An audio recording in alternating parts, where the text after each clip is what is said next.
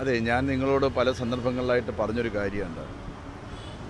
നമ്മുടെ സംസ്ഥാനത്ത് പ്രവർത്തിക്കുന്നതായിട്ടുള്ള 5 ദേവസ്വം ബോർഡുകളും സ്വതന്ത്രമായ പ്രവർത്തനമാണ് നടത്തുന്നത്. ദേവസ്വം ബോർഡുകൾക്ക് ദേവസ്വം വകുപ്പ് മന്ത്രി എന്നുള്ള നിലയിലോ മന്ത്രാലയത്തിലോ ഏതെങ്കിലും തരത്തിൽ ഒരു ഫയൽ അയക്കേണ്ട കാര്യമില്ല. ദേവസ്വം ബോർഡിൻ്റെ തീരുമാനങ്ങളെല്ലാം തന്നെ ബോർഡിൻ്റെ തീരുമാനങ്ങളാണ്. അതിന് ഗവൺമെൻറ്റിൻ്റെ അംഗീകാരം ആവശ്യമില്ല. ദേവസ്വം ബോർഡിൻ്റെ ആവശ്യത്തിന് വേണ്ടി പണം ചെലവഴിക്കുന്നതിനായിട്ട് അനുവാദം ചോദിച്ച് വകുപ്പ് മന്ത്രിയുടെ അടുക്കൽ ഫയൽ അയക്കേണ്ട കാര്യമില്ല. ചുരുക്കി പറഞ്ഞാൽ എൻ്റെ 5 വർഷത്തെ ദേവസ്വം വകുപ്പ് മന്ത്രി എന്ന പ്രവർത്തനത്തിനിടയിൽ ദേവസ്വവുമായിട്ട് ബന്ധപ്പെട്ട ബോർഡിൻ്റെ ഒരു ഫയലും എൻ്റെ മുന്നിൽ വന്നിട്ടില്ല. അതിൻ്റെ അർത്ഥം എന്ന് പറയുന്നത് അതൊരു സ്വതന്ത്രമായിട്ടുള്ള സ്ഥാപനമാണ്. അതിൻ്റെ നിയമാവലി അങ്ങനെയാണ്. ഗവൺമെൻറ് അതിനകത്ത് കൈകടത്താനോ ഗവൺമെൻറ് അതിനകത്ത് എന്തെങ്കിലും അഭിപ്രായം പറയാനോ സ്വാതന്ത്ര്യമില്ല. അതുകൊണ്ട് തന്നെ ദേവസ്വം ബോർഡിൻ്റെ തീരുമാനങ്ങൾ ദേവസ്വം ബോർഡിൻ്റേത് മാത്രമാണ്.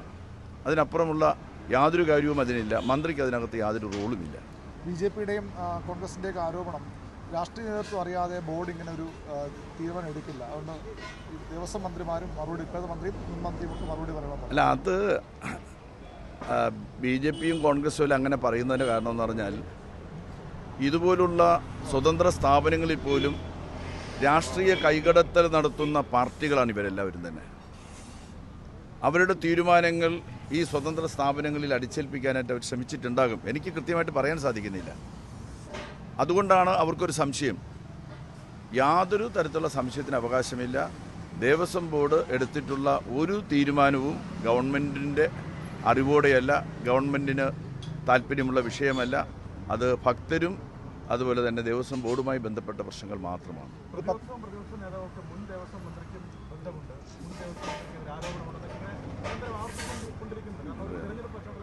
അതെ, ഈ പ്രതിപക്ഷവും പ്രതിപക്ഷ നേതാവും ഒക്കെ തന്നെ നമ്മൾ കഴിഞ്ഞ കുറേ കാലമായിട്ട് കാണുന്നുണ്ടല്ലോ. അവരിങ്ങനെ ഒരുപാട് അന്യായങ്ങൾ വിളിച്ച് പറയുന്നുണ്ട്, അനാവശ്യം പറയുന്നുണ്ട്. പ്രതിപക്ഷ നേതാവ് ഒരിക്കൽ പറഞ്ഞത് ഈ സ്വർണ്ണപ്പാളി അത് എവിടെയുണ്ടെന്ന് കടകംപള്ളി സുരേന്ദ്രനറിയാം. ഏതോ ഒരു വലിയ സമ്പന്നനാണ് അത് കൊടുത്തിരിക്കുന്നത്. അത് ഇതര സംസ്ഥാനത്തിലെ മറ്റേതോ സംസ്ഥാനത്തിലെ ഒരു വലിയ കോടീശ്വരൻ്റെ കയ്യിലുണ്ട്. ആരാണെന്ന് കടകംപള്ളിക്കറിയാം. ഞാൻ അയാൾക്ക് എന്നെ അപമാനിച്ചതിൽ എൻ്റെ അടിസ്ഥാനത്തിൽ ഞാൻ വക്കീൽ നോട്ടീസ് അയക്കുക മാത്രമല്ല, ഞാൻ അയാൾക്കെതിരെ സിവിൽ കേസും ഫയൽ ചെയ്തിട്ടുണ്ട്. അയാൾ അവിടെ വന്ന് കാര്യം പറയട്ടെ. ഏത് വലിയ സമ്പന്നൻ്റെ കൈവശമാണ് സ്വർണ്ണപ്പാളി ഇരിക്കുന്നതെന്നുള്ള കാര്യം അയാൾ എന്നെയാണല്ലോ കൂട്ടിച്ചേർത്ത് പറഞ്ഞത്. അപ്പോൾ അയാൾ അവിടെ വന്ന് പറയട്ടെ. അല്ല, ഞാൻ നിങ്ങളോട് പറഞ്ഞിട്ടുണ്ട്, തുടക്കം മുതൽ പറയുന്നൊരു കാര്യമുണ്ട്. ഈ അന്വേഷണം എന്ന് പറയുന്നത് കുറ്റമറ്റൊരു അന്വേഷണ സംവിധാനമാണ്. ബഹുമാനപ്പെട്ട ഹൈക്കോടതിയാണ് ഈ SIT നിയമിച്ചിരിക്കുന്നത്, അല്ലാതെ സംസ്ഥാന ആഭ്യന്തര വകുപ്പല്ല. ഹൈക്കോടതിയിലേക്ക് നേരിട്ട് റിപ്പോർട്ട് ചെയ്യാനാണ് SITയോട് പറഞ്ഞിരിക്കുന്നത്. അപ്പോൾ എന്ന് പറഞ്ഞാൽ കുറ്റമറ്റ തരത്തിലുള്ള ഒരു അന്വേഷണ സംവിധാനമാണ് നമ്മുടെ സംസ്ഥാനത്ത് ഇതുമായി ബന്ധപ്പെട്ട് നടക്കുന്നത്. ഞാൻ അന്നും പറഞ്ഞു, ആ അന്വേഷണം തീരുന്നത് വരെ, കുറ്റപത്രം സമർപ്പിക്കുന്നത് വരെ നമ്മൾ കാത്തിരിക്കുക. അന്വേഷണം അതിൻ്റെ ശരിയായിട്ടുള്ള ദിശയിൽ നീങ്ങുന്നു എന്നാണല്ലോ നമ്മൾ എല്ലാവരും മനസ്സിലാക്കേണ്ടത്. പക്ഷേ പത്മകുമാർ കഴിഞ്ഞ മാധ്യമങ്ങൾ പറഞ്ഞ ഒരു കാര്യമുണ്ട്, നമ്മൾ ദൈവത്തെ പോലെ വിചാരിക്കുന്ന ആളുകൾ പോലും ഇതിൻ്റെ പിന്നിലുണ്ട്. ഞാൻ അത്രേ പറയുന്നുള്ളൂ, ബാക്കി പിന്നീട് പറയാം എന്നൊരു പറഞ്ഞ് നിർത്തിയിരുന്നു. എനിക്കറിയില്ല കാര്യം, അതൊന്നും എനിക്കറിയാവുന്ന വിഷയമല്ല.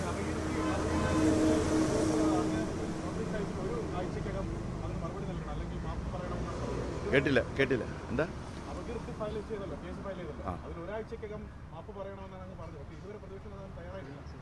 മാപ്പ് പറയാത്തത് കൊണ്ട് തന്നെ ഞാൻ സിവിൽ കേസ് ഫയൽ ചെയ്തു എന്നാണ് പറഞ്ഞത്.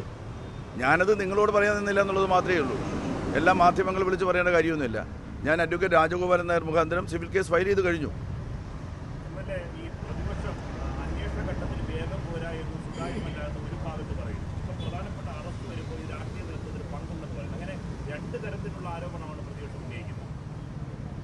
അല്ല, പ്രതിപക്ഷം ഏതാണ്ട് ഏതു കാര്യത്തിലും എടുക്കുന്ന നിലപാട്, ഏതു വിഷയത്തിലും ഇടതുപക്ഷ രാഷ്ട്രീയത്തെ അപകീർത്തിപ്പെടുത്തുന്നതിന് വേണ്ടിയിട്ടുള്ള എന്തെങ്കിലും സൗകര്യമുണ്ടോ എന്ന് നോക്കുകയാണ് അവർ ചെയ്യുന്നത്.